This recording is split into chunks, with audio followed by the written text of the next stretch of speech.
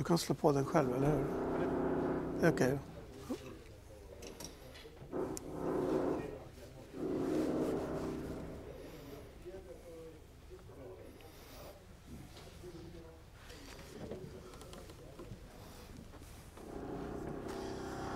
السلام عليكم ورحمة الله تعالى وبركاته.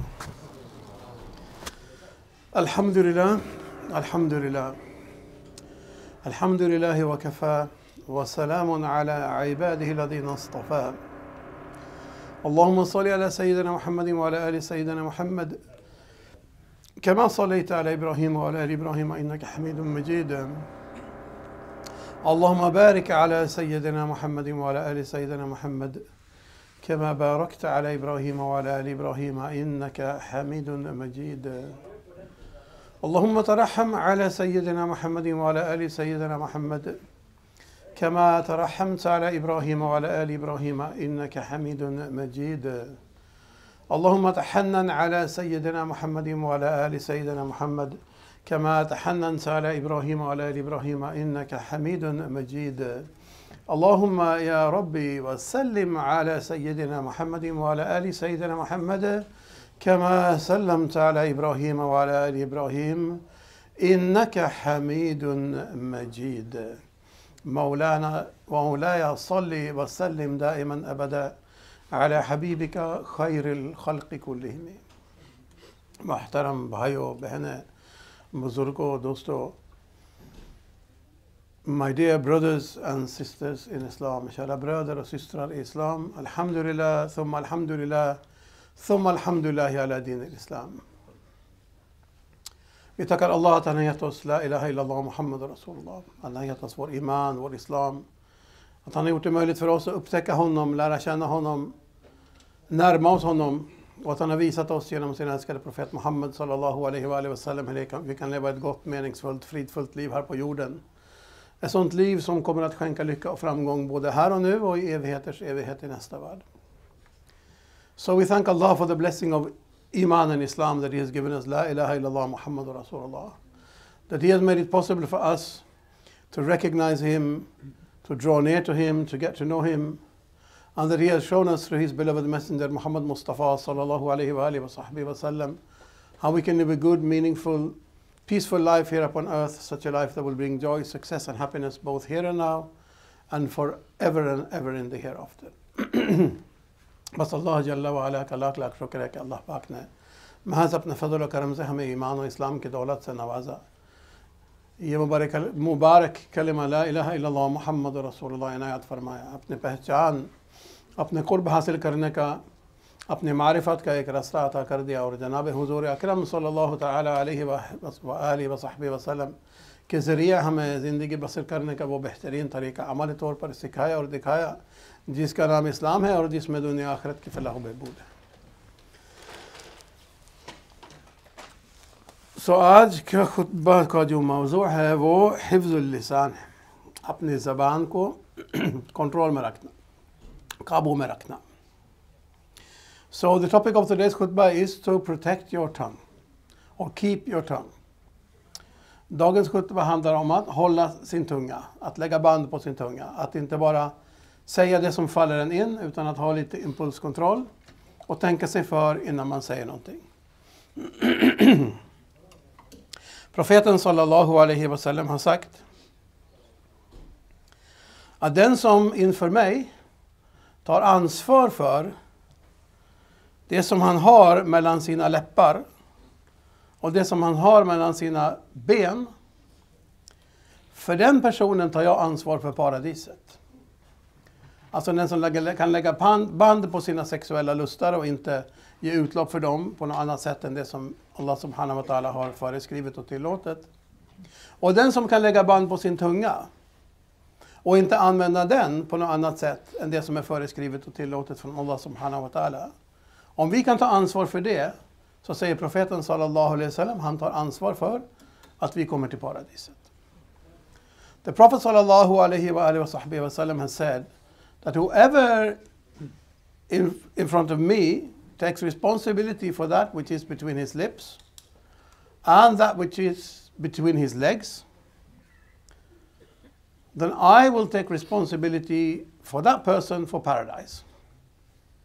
Meaning that if we can control our tongue, and if we can control our sexual desires, and we do not try to fulfill them outside of the boundaries that Allah subhanahu wa ta'ala has set up, and also we don't use our tongue outside of the boundaries that Allah has set up. We use our tongue in the dhikr of Allah, in the tilawat of the Quran, in saying good things, and we keep control of our tongue in other matters. Then the Prophet sallallahu alaihi wasallam takes on his own guarantee, his own responsibility, he guarantees that we will enter paradise. It's really a brilliant deal.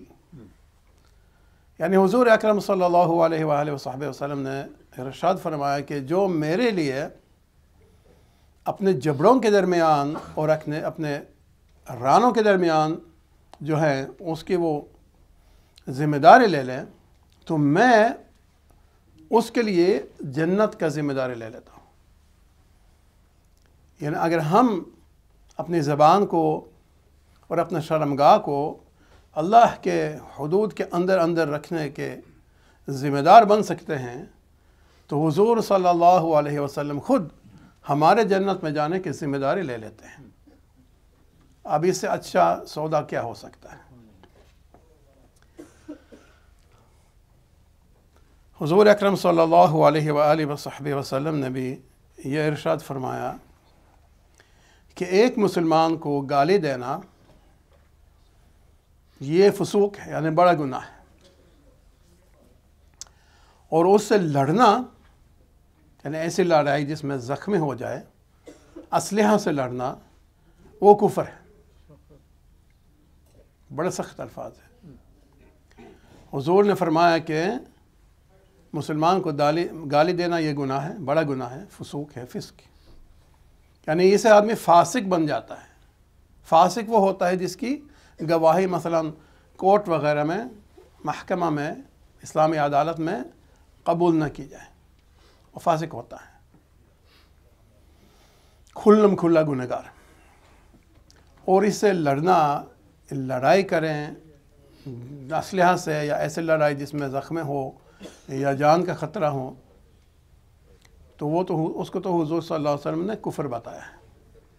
इसे तो शरअन और इस्तिलाहन आदमी काफिर नहीं बनता, लेकिन हुज़ूर सल्लल्लाहु अलैहि वसल्लम के नज़दीक ये कुफ्र के मुतरादिफ, यानी इतना सख्त गुनाह है कि कुफ्र जितना सख्त है उससे बस थोड़ा सा कम दर्जे का है।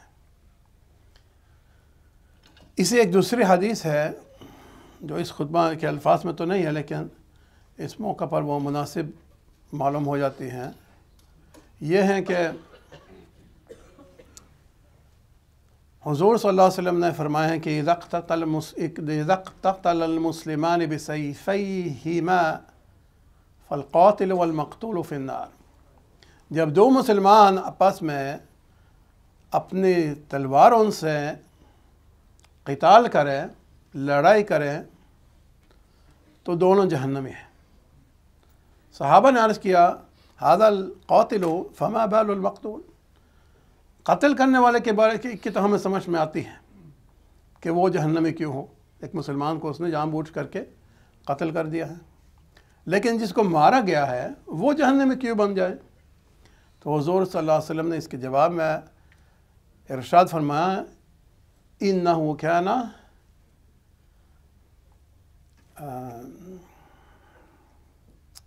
हरीसन अला क़त्लिही। उसको कत्ल करने की कोशिश कर रहा था, वो उसको कत्ल करना चाहता था, वो मारा गया, वो हार गया, सिर्फ इस वजह से उसको कत्ल नहीं किया, वरना उसका पूरा इरादा और उसके साथ साथ उसका अमल भी यही था कि वो कोशिश कर रहा था उसको कत्ल करने का। वो लड़ाई में हार गया तो खुद मर गया, दूसरा ना मारा गया, लेकिन आगे वो जीतता तो ज़रूर उसको मारता, तो वो उसके कत्ल करने के पीछे था, इसलिए वो भी जहन्नमी है। तो इससे ये समझ में आता है कि हुज़ूर ने फरमाया है कि ये कुफ्र है।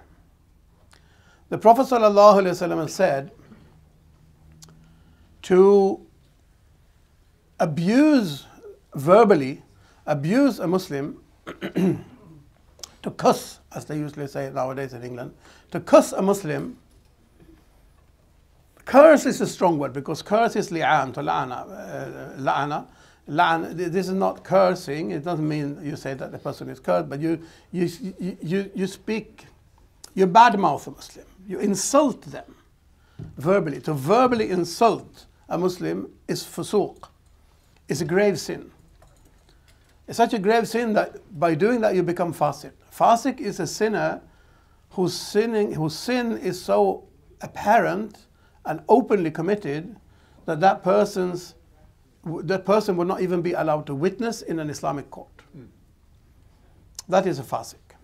So by verbally abusing and insulting a Muslim, you commit such a grave sin that it would exclude you from becoming a witness in court. You're no longer a reliable person. And to fight a Muslim, now we're talking a fight where you can kill each other, a fight with weapons, or a serious fight where you really try to bodily injure one another, is kufr. It is kufr. Now this obviously, not obviously, but the masala is that technically you would not become a kafir by doing this. You only become a kafir by denying something which is established in Islam through a qat'i dalil, through a proof which is 100% proof, like a verse of the Quran or a hadith mutawatir. If you deny that, you deny, for example, the fardiyat and the compulsory nature of salah, then you become a kafir. Or you commit certain sins, but then connected with the context, you perform sajda, the sajda of ibadah towards somebody other than Allah, for example. Then you would technically maybe become a kafir. Or you utter certain words, intending them clearly, without any kind of excuse. And then you have to remember, keep in mind also that you should find, if 99 things talks towards someone having done such a sin, and one thing is in argument in the favor, you should take the one thing. So very, very strong proof needed then. But the sin is so grave that the Prophet ﷺ still equals that to kufr. And maybe it can be explained by another hadith where the Prophet ﷺ said that when two Muslims fight one another with swords, then the killer and the one who is killed, they both go to hell. So Sahaba asked him, we understand about the killer, but what about the guy who gets killed? The poor guy is getting killed and is going to hell as well.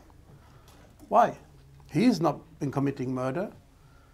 So the Prophet ﷺ said he was greedy to kill his brother. He tried. It's another matter that the other guy won. That doesn't make your sin any less grave. So two people, by having a fight with weapons, like shooting, is not only limited to swords, all these gunfights that we see nowadays, straight to hell. The guy who kills and the guy who, if he tried to kill the other guy, who gets shot as well, if indeed he also had a gun and there was a gunfight, then they both go to hell. They might call themselves Muslims, they might have Muslim names, they might have Muslim parents, but they will not be Muslims in the hereafter. Or at the very least, they will have to spend some time in hell before they can finally, maybe, on account of their mustard seeds weight of iman, coming into paradise. It's still a very, very grave warning. Så profeten sallallahu alaihi wasallam har sagt att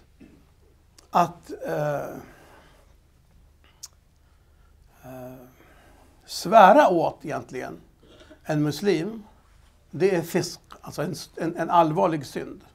En så allvarlig synd att i en islamisk domstol så skulle man inte ens få vittna. Man är inte trovärdig som vittne för att man är en syndare. Den typen av synd som kallas för fisk. Man blir alltså fasiq. En öppen syndare. Genom att svära åt en muslim. Alltså att säga elaka saker till en muslim eller om en muslim. Och att slåss med en muslim. Nu pratar vi om en fight på liv och död. Eller där man går in för att skada varandra. Det är kuffer. Det är otro. Nu blir man inte tekniskt en kafir genom att slåss med en annan muslim, men enligt profeten så är det alltså en så allvarlig synd att han likställer det med kuffer. Det kanske kan förklaras med en annan hadith där profeten sallallahu alaihi wasallam säger att när två muslimer slåss med varann med sina svärd, läs pistoler, så är både mördaren och den mördade, båda kommer att gå till helvetet. Och sahaba frågade profeten, vi förstår när det gäller mördaren, men hur är det med den som blev mördad? Varför ska han gå till helvetet? Då sa profeten sallallahu alaihi wasallam, han var ute efter att mörda sin bror. Hans avsikt var att döda den andra, det var bara att den andra var bättre. Eller hade mera tur. Så om han hade vunnit så hade han dödat sin bror. Så bådas synd är lika allvarlig och båda kommer på grund av den synden att hamna i helvetet. En varning till alla som tror att det är helt okej att gå omkring och skjuta folk till höger och vänster. Som kanske har namn som muslimer, kanske har föräldrar som är muslimer, men som inte kommer att räknas som muslimer i nästa liv. Eller att åtminstone som kommer att få lida i helvetet innan de till slut, på grund av den även en senapsfrös vikt av iman i sitt hjärta kommer att ta sig ut helvetet och få komma till slut till paradiset. Men de oändligt långa tider som den personen kommer att få vistas i helvetet är illa nog för att man ska akta sig noga för det. Profeten sallallahu alaihi wasallam säger, jag ska bara kolla så att jag inte missöversätter det här ordet.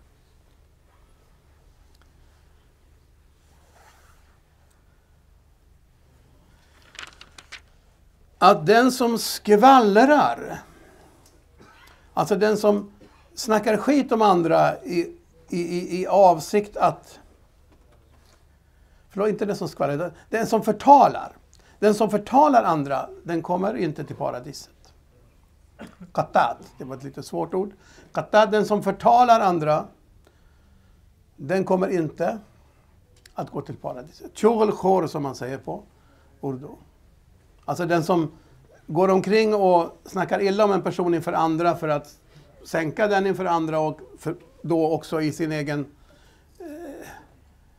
i sitt eget missförstånd skapa sig själv en högre position. Man gör ingenting annat än förnedra sig själv egentligen. Man försöker förnedra någon annan för att få en högre ställning själv, men egentligen är det bara sig själv man förnedrar i alla fall. Men den som gör det kommer inte till paradiset. The Prophet sallallahu alaihi wasallam said that whoever slanders other people or talks behind other people's back, meaning he goes around to people and spreading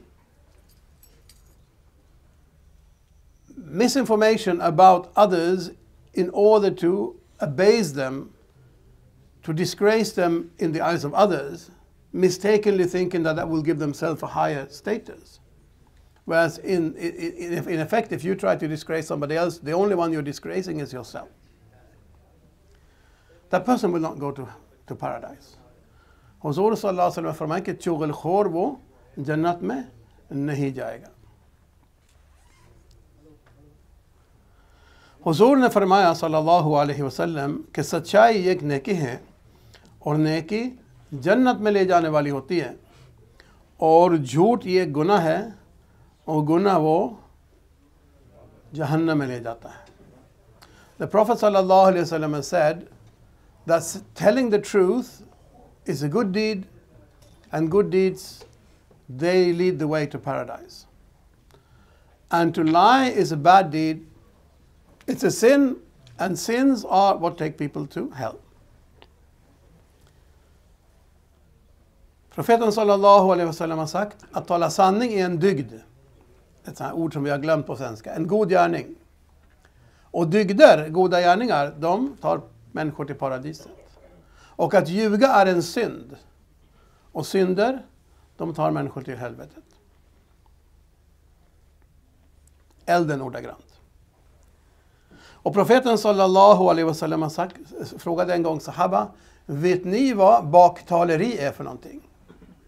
Vet ni vad ghibat är för någonting? Baktaleri. Då svarade sahaba sin vana trogen, Allah wa rasuluhu alam. Allah och hans rasul, Allah och hans profet vet bäst. Så sa profeten sallallahu alaihi wasallam att du nämner din bror på ett sätt som han tycker illa om. Du säger någonting om din bror som han, om han hörde det, inte skulle tycka om. Då frågade någon sahabi, men om det som jag säger om min bror är sant då? Det som jag nämner om min bror, om det verkligen finns i honom, om han har den egenskapen. Då sa profeten, det är ju då som det är baktaleri. Det är då som du har baktalat honom. Annars är det ju förtal. Att säga någonting osant om sin bror som han inte skulle tycka om. Och det tycker väl de flesta inte om. Det är förtal, det är ännu värre synd. Riba är att säga någonting som är sant. Men om den personen visste om att man sa det så skulle den personen inte gilla det. Bakom ryggen på någon. Säger man det öppet framför ansiktet på dem, då är det en annan sak. Då kanske det kommer under sibab, under att svära åt någon istället. The Prophet sallallahu alaihi wasallam said to the Sahaba, do you know what ghiba is? Do you know what backbiting is? So Sahaba, as they used to, said, Allah and His Messenger know best. It's their humility. They wanted the Prophet to say, so even if they might have ideas about it, they would just say, Allah and His Messenger know best. We don't know, please tell us. So the Prophet ﷺ said, it is that you mention your brother in a way that he wouldn't like. You say something in the absence of your brother about him that he, had he been present, would not have liked it. Or if he knew about it, he wouldn't like it. So one Sahabi said, but what about if it's true? What about if that thing I'm saying of my brother actually is in him? If he has done this, or if he has this bad habit that I am mentioning, then it is still ghiba? It is still backbiting? The Prophet ﷺ said, if that which you are mentioning is in your brother, in other words, if it is true, that's when you're backbiting him. If it is not true, then you're slandering him. And slander is an even worse sin, even the backbiting. Så profeten sallallahu alaihi wasallam sa, no, jag har sagt det. Huzur sallallahu alaihi wasallam ने फरमाया कि क्या तुम्हें पता है कि गीबत क्या होती है? सहाबा को आपने फरमाया कि क्या तुम्हें पता है कि गीबत क्या होती है? तो सहाबा ने अर्ज़ किया कि अल्लाह और उसके रसूल बेहतर जानते हैं. यानी हमें तो नहीं मालूम, आप ही बताइए. उनको मालूम ज़रूर होगा, लेकिन अपनी तवाज़ु की वजह से आप सल्लल्लाहु अलैहि वसल्लम से सुनने की लालच में उन्होंने कहा कि आप ही बताइए. तो आप सल्लल्लाहु अलैहि वसल्लम फरमाया कि ये है कि तू अपने भाई को ऐसे अल्फाज के साथ ज़िक्र करे, यानी अपने भाई के बारे में ऐसी बात कहें कि जो उसको पसंद ना हो. यानी आपके भाई के गैर हाज़िरी में उसके बारे में तुम ऐसी बातें करें कि अगर उसको पता हो तो उसको बुरा लगता. तो एक सहाबे ने अर्ज़ किया, लेकिन ये बात जो अपने भाई के बारे में मैं कह रहा हूँ, अगर वाकई वो बात उसके अंदर है तो फिर आप सल्लल्लाहु अलैहि वसल्लम ने फरमाया कि तेरे भाई के अंदर वो बात है जिसका जो तू बोल रहा है, तभी तो गीबत है. यानी अगर सच हो तभी तो गीबत है. अगर वो झूठा है, वो बात नहीं है, तो फिर तो ये क्या कहते हैं उसको, तोहमत है. जज़ाकल्लाह, बुहतान है. ये तो बुहतान है, ये तो तोहमत है, यानी जो गीबत से भी बड़ा गुनाह है. हालांकि गीबत कोई कम दर्जे का गुनाह नहीं है. अपने माँ के साथ ज़िना करने के मुतरादिफ बताया गया है. बहुत ही बड़ा गुनाह है गीबत भी, और इससे भी बढ़कर बुहतान है. हुज़ूर सल्लल्लाहु अलैहि वसल्लम ने गोया कि इस सारे के जो हैं माहसल ये है कि हुज़ूर सल्लल्लाहु अलैहि वसल्लम ने फरमाया कि जो चुप रहा वो बच गया. मन समता नजा. यानी चुप रहने से ही आदमी बच जाता है. एक बड़ी हिफाजत इसमें होती है. The Prophet sallallahu alaihi wasallam said, whoever remained quiet was safe. If you don't say anything, then you won't say anything wrong. Profeten sallallahu alaihi wasallam sa att den som håller tyst, den som håller munnen, den personen klarar sig. Det är det säkraste sättet att inte missbruka sin tunga, det är att inte säga någonting i onödan. Och profeten sallallahu alaihi wasallam har sagt att det som gör en människas islam vacker, det är att hon lämnar det som inte angår henne. Something that beautifies the Islam of a person is that they leave alone that which does not concern them. किसी के इस्लाम को ये बात खूबसूरत बना देती हैं कि वो ला यानी को छोड़ दे. अल्लाह पाक मुझे भी, आप हज़रात को और तमाम मुसलमानों को जो कहा है, जो सुना है, उस पर अमल करने की तौफीक मरहमत फरमाए, सुन्नत अदा फरमाए.